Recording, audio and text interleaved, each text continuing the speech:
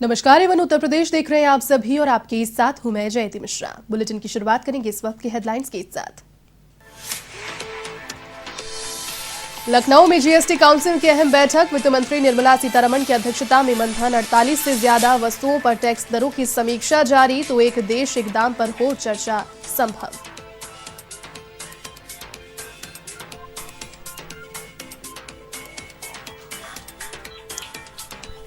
विश्वकर्मा श्रम सम्मान योजना के तहत आज समारोह का आयोजन। मुख्यमंत्री योगी ने प्रशिक्षित लाभार्थियों को टूल किट के लिए वितरित। प्रधानमंत्री मुद्रा योजना के अंतर्गत चेक किए भेंट।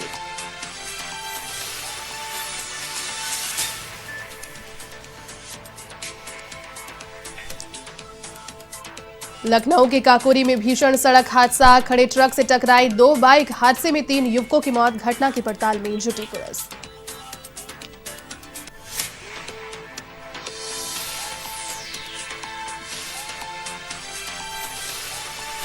बिजनौर में पीट कर बुजुर्ग की हत्या, तालाब किनारे शव मिलने से फैली सनसनी। परिजनों ने जताया हत्या का संदेह। थाना नहटौर के जफीरपुर की घटना।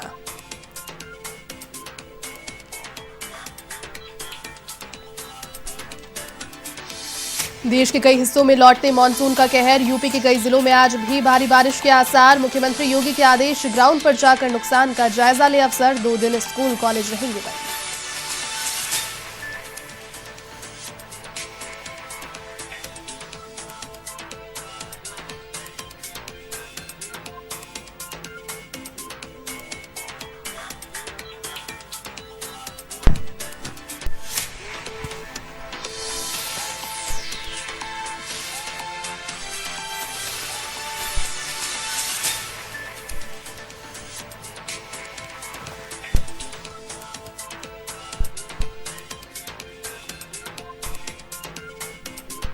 चलिए अब खबरें विस्तार से। अगले साल देश के 5 राज्यों में विधानसभा चुनाव होने हैं और माना यह जा रहा है कि उससे पहले केंद्र सरकार कई बड़े फैसले कर सकती है। ऐसे में आज लखनऊ में वित्त मंत्री निर्मला सीतारमण की अध्यक्षता में जीएसटी काउंसिलिंग की 45वीं बैठक पर नजरें टिकी हुई है। कोरोना महामारी के बाद जीएसटी काउंसिलिंग की यह पहली फिजिकल बैठक है जिसमें 48 से ज्यादा वस्तुओं पर टैक्स दरों की समीक्षा की जा रही है। बैठक में 11 कोविड दवाओं पर टैक्स छूट को 31 दिसंबर तक बढ़ाने पर भी फैसला हो सकता है। इसी के साथ पेट्रोल और डीजल को जीएसटी के दायरे में लाने पर विचार किया जा सकता है। सरकार ने एक देश एक दाम के तहत पेट्रोल, डीजल, नेचुरल गैस और एविएशन टर्बाइन फ्यूल को जीएसटी के दायरे में लाने पर विचार शुरू किया है। चलिए इसी खबर पर अधिक अपडेट के साथ यूपी से स्टेट हेड अमरीश सिंह इस वक्त मेरे साथ फोन लाइन पर जुड़ चुके हैं। अमरीश, देखिए कोरोना के बाद में लगातार मांगे ही सामने आ रही थी कि कुछ वस्तुएं ऐसी है देश में जिन्हें जीएसटी के दायरे में लाना चाहिए। लखनऊ में अब जीएसटी काउंसिल की एक अहम बैठक हो रही है और पहली फिजिकल बैठक है ये। क्या महत्वपूर्ण जानकारियां इस बैठक से जुड़ी हुई अमरीश? बिल्कुल जयती, आज जीएसटी काउंसिल की 45वीं बैठक है। सबसे पहली चीज तो ये।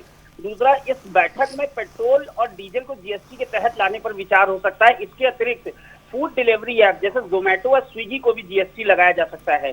लेकिन जो बड़ी बात है वो ये है कि 2017 में जब जीएसटी की व्यवस्था लागू की गई थी उस वक्त मसलन उत्पाद शुल्क और राज्यों के शुल्क मसलन वैट को समाहित किया गया था, लेकिन पेट्रोल, डीजल, एटीएफ और प्राकृतिक गैस तथा कच्चे तेल को जीएसटी के दायरे से बाहर रखा गया था। तो इसकी मांगें शुरू से उठ रही थी और अगर आज जीएसटी की बैठक में अगर ये निर्णय होता है कि पेट्रोल और डीजल को जीएसटी के तहत लाया जा सकता है तो आम जनमानस को बहुत राहत मिलेगी, क्योंकि 28 से 30 रुपए तक पेट्रोल और डीजल के दाम घट सकते हैं, क्योंकि 100 रुपए के पार इस वक्त तेल के दाम छू रहे हैं और कच्चे तेल हो चाहे वो प्राकृतिक गैस हो, सभी के दाम इस वक्त बढ़े हुए हैं। लेकिन अगर केरल उच्च न्यायालय से जैसे जून में एक रिट याचिका दायर हुई थी उसमें जीएसटी परिषद से पेट्रोल और डीजल को जीएसटी के तहत लाने का फैसला करने को कहा गया था, लेकिन न्यायालय ने परिषद को ऐसा करने को कहा है। इस पर न्यायालय ने परिषद से यह भी कहा था कि आप फैसला लेने के लिए स्वतंत्र हैं। इस पर न्यायालय ने अपनी कोई प्रतिक्रिया जाहिर नहीं की थी। तो अगर इस तरीके का कोई फैसला आता है तो ये केंद्र वित्त मंत्री निर्मला सीतारमण और की मौजूदगी में बैठक होगी। लेकिन अहम मुद्दा यह कि 5 राज्यों में जो विधानसभा चुनाव है उसी के दृष्टिगत ये फैसले लिए जा सकते हैं और जीएसटी काउंसिल की बैठक बस शुरू ही हो गई है। कुछ ही देर में फैसले आ जाएंगे कि किन किन महत्वपूर्ण बिंदुओं पर आज चर्चा हुई और किन पर मुहर लगी है। जैसी अमरीश, बिल्कुल अपने आप में एक बड़ी बात है, चूंकि ईंधन की अगर मुख्य तौर पर बात करें, इन वस्तुओं में सबसे ज्यादा मांग में वही रहता है एक तरीके से, और महंगाई लगातार जिस तरीके से कोरोना काल में बढ़ी है, राज्य सरकारों से जब बात की जाती है तो वो यही कहती है कि क्योंकि एक तरीके से वेट की जो प्रक्रिया है, वेट लगाया जाता है, क्योंकि जीएसटी के दायरे से बाहर है, तो अगर अब आज एक बड़ा फैसला इसमें आता है या फिर कुछ यहाँ पर संभावनाएं नजर भी आ रही है, जिस तरीके से आपने जानकारी दी, अपने आप में एक बड़ा फैसला। बिल्कुल जयती, अगर हम डीजल और पेट्रोल की बात कर रहे हैं तो डीजल और पेट्रोल के दाम जीएसटी में लाने से सिर्फ डीजल और पेट्रोल में ही राहत नहीं मिलेगी। गौर करने वाली बात है, ट्रांसपोर्टेशन के जो दाम है उनमें भी गिरावट आएगी। बिल्कुल। तो जो भी कच्चे सामग्री हैं, या फिर वो सब्जियां हो, फल हो, या फिर राशन हो, जिन पर ट्रांसपोर्टेशन का चार्ज इस वक्त बहुत ज्यादा है और जनता उसी की मार झेल रही है, तो पेट्रोल डीजल से कहीं ना कहीं इनके दामों में भी भारी गिरावट हो सकती है। तो एक अहम फैसला है, क्योंकि न सिर्फ पेट्रोल और डीजल के दामों को देखा जाए, इसमें यह भी देखा जाए कि जो और चीजें हैं वो इससे कितनी सस्ती होंगी। जो ट्रांसपोर्ट के चार्ज हैं, बिल्कुल, घरेलू सिलेंडर आ गए, कमर्शियल सिलेंडर्स भी हैं इसके साथ साथ।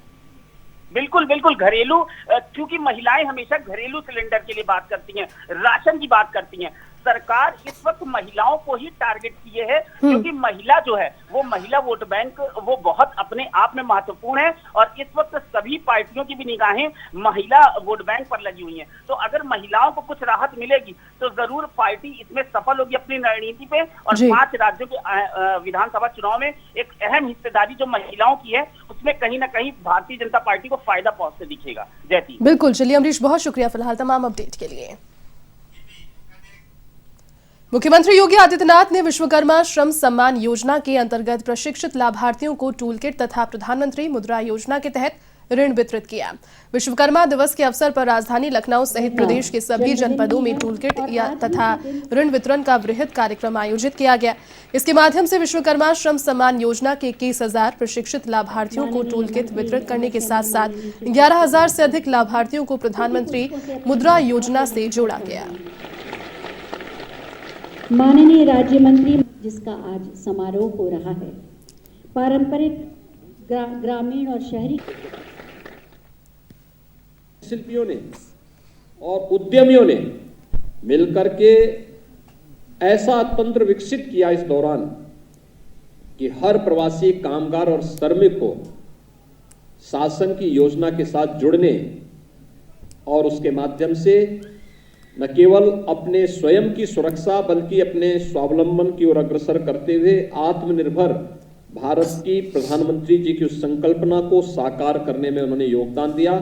और यही कारण है कि देश और दुनिया के लिए कौतूहल का विषय बना हुआ है कि उत्तर प्रदेश की आबादी 24 करोड़ से अधिक, और 24 करोड़ की अधिक की इस आबादी में जो अनएम्प्लॉयमेंट का रेट है, यानी बेरोजगारी की जो दर है, वह देश के किसी भी अन्य राज्य की तुलना में कम है। और यहां पर 2016 में जो बेरोजगारी की दर 17% से अधिक थी, आज वह लगभग 4 और 5% के आसपास है। यह एक सफलता की नई कहानी, वो एक जनपद एक उत्पाद और विश्वकर्मा श्रम सम्मान जैसी योजनाएं इस बात को प्रदर्शित। यूपी के देवरिया में कृषि मंत्री सूर्य प्रताप शाही ने बाल सुधार गृह में बच्चों को मिठाइयां और कपड़े बांटे। इसी के साथ उन्होंने पीएम मोदी को जन्मदिन की बधाई भी दी और कहा कि प्रधानमंत्री मोदी दुनिया के सर्वाधिक लोकप्रिय नेताओं में से एक हैं और उन्होंने सबका साथ सबका विश्वास के आधार पर समाज के सभी वर्गों के लिए काम किया है। तो वही मिठाइयां और कपड़े पाकर बाल सुधार गृह के बच्चे काफी खुश नजर आए।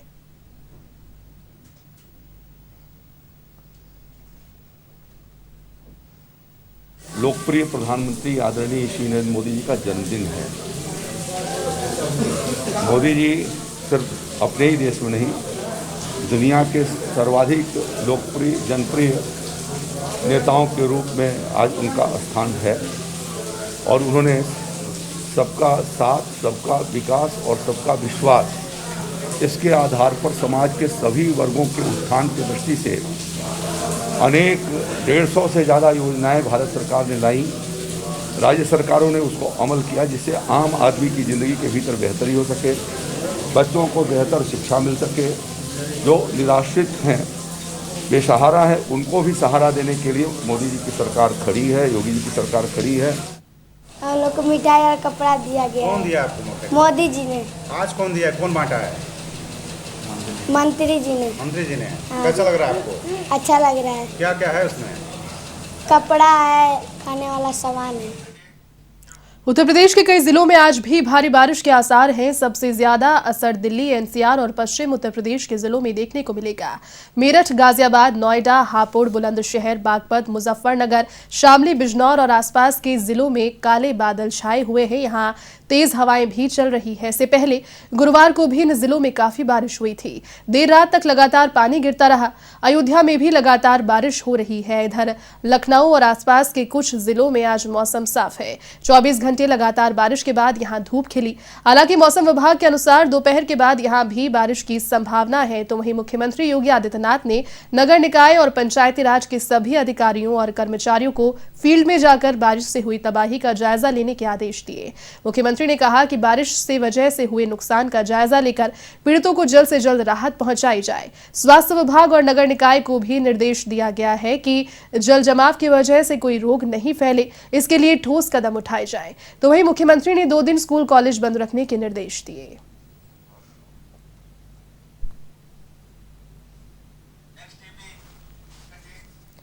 अब खबर बिजनौर से, जहां तालाब की रखवाली करने वाले एक बुजुर्ग का शव मिलने से इलाके में सनसनी फैल गई। सूचना पर एसपी सिटी मौके पर पहुंचे और घटनास्थल का निरीक्षण उन्होंने किया। तो वहीं परिजनों ने हत्या की आशंका जाहिर करते हुए मामला दर्ज कराया है। आपको बता दें कि नटौर थाना क्षेत्र के जरीफपुर निवासी बलराम मछलियों के तालाब की रखवाली करता था, जिसका तालाब के किनारे बनी झोपड़ी में शव पड़ा मिला। फिलहाल पुलिस मामले की पड़ताल में जुटी है। थाना नौटौर के जफरपुर चतर गांव में एक वृद्ध व्यक्ति बलराम नाम के, जिनकी उम्र लगभग 70 वर्ष है, एक तालाब के मछली के रखवाले के लिए एक झोपड़ी में वो रहते थे। रात्रि वहीं रहते थे। आज उनकी बॉडी झोपड़ी के पास ही मिली। ऐसा प्रतीत होता है घटनास्थल निरीक्षण से कि उनके कान को उतर दिया गया है। शरीर में खून का जैसे लेपन होता है उस तरीके से है। दांत के निशान हैं। ऐसा प्रतीत होता है कि किसी जंगली जानवर द्वारा उनको छत किया गया है। फिर भी अन्य बिंदुओं की जांच पड़ताल की जा रही है। चलिए, यूपी की राजधानी लखनऊ से फिलहाल एक बड़ी खबर का रुख करेंगे। काकोरी में भीषण सड़क हादसा हुआ है। खड़े हुए ट्रक से 2 बाइकें टकरा गई। 3 युवकों की इस हादसे में मौके पर ही मौत हो गई।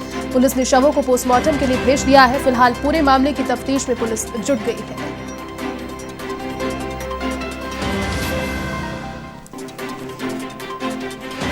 तो काकोरी में काफी दर्दनाक सड़क हादसे से जुड़ी हुई बड़ी खबर आपको बता रहे हैं। 3 युवकों की मौत इस सड़क हादसे में हुई। बताया जा रहा है कि पुलिस ने शवों को पोस्टमार्टम के लिए भेज दिया है। क्या कारण रहे और किस वजह से इतना दर्दनाक सड़क हादसा पेश आया, उसकी जांच में पुलिस जुटी हुई है। पहाड़ी और मैदानी क्षेत्रों में हो रही लगातार भारी बारिश की वजह से गंगा के जलस्तर में एक बार फिर से बढ़ाव शुरू हो गया। केंद्रीय जल आयोग के अनुसार इस समय गंगा का जलस्तर 4 सेंटीमीटर प्रति घंटा की रफ्तार से बढ़ रहा है। इससे पहले 3 सेंटीमीटर प्रति घंटा की रफ्तार की गति से बढ़ रहा था। जल स्तर बढ़ने से घाट डूबने लगा है। किनारों पर रहने वालों की धड़कनें बढ़ गई है।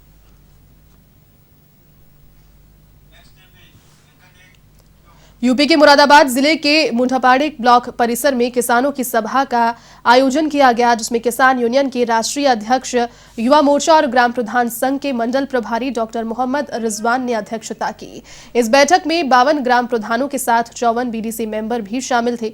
डॉक्टर रिजवान ने सभा को संबोधित किया। इसी के साथ मुख्यमंत्री योगी और पीएम मोदी के नाम पर ज्ञापन भी सौंपा। उन्होंने कहा कि नवनिर्वाचित ग्राम प्रधानों के शपथ के बाद से ही सभी ग्राम प्रधानों के विकास कार्यों में धीमी गति है, जिससे गांव के लोगों में नाराजगी है।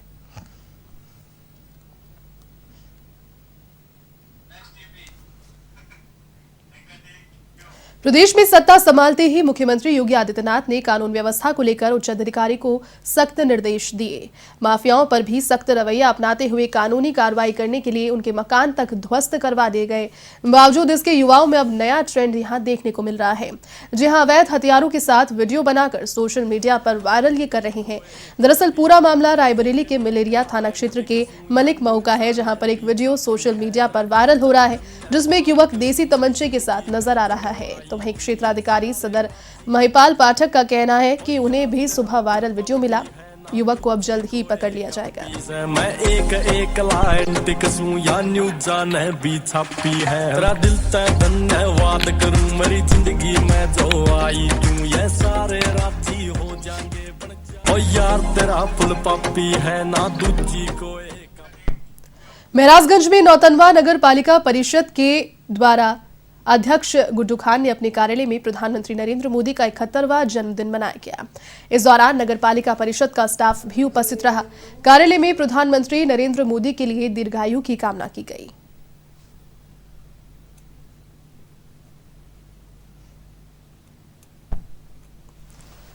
देखिए, सबसे पहले भारत के यशस्वी प्रधानमंत्री नरेंद्र मोदी जी के जन्मदिन पर सभी देशवासियों को ढेर सारी शुभकामनाएं देता हूं, बधाई देता हूं कि ऐसे प्रधानमंत्री को हम पाकर हमारा हिंदुस्तान, हमारा देश आज गौरवान्वित महसूस कर रहा है। मैं प्रधानमंत्री नरेंद्र मोदी जी के जन्मदिन पे इतना कहूँगा कि आपका आशीर्वाद और प्यार हिंदुस्तान पे बना रहे। चलिए, इस बुलेटिन में फिलहाल के लिए बस इतना ही। देश और दुनिया की तमाम बड़ी खबरों को देखने के लिए आप देखते रहिए A1 TV।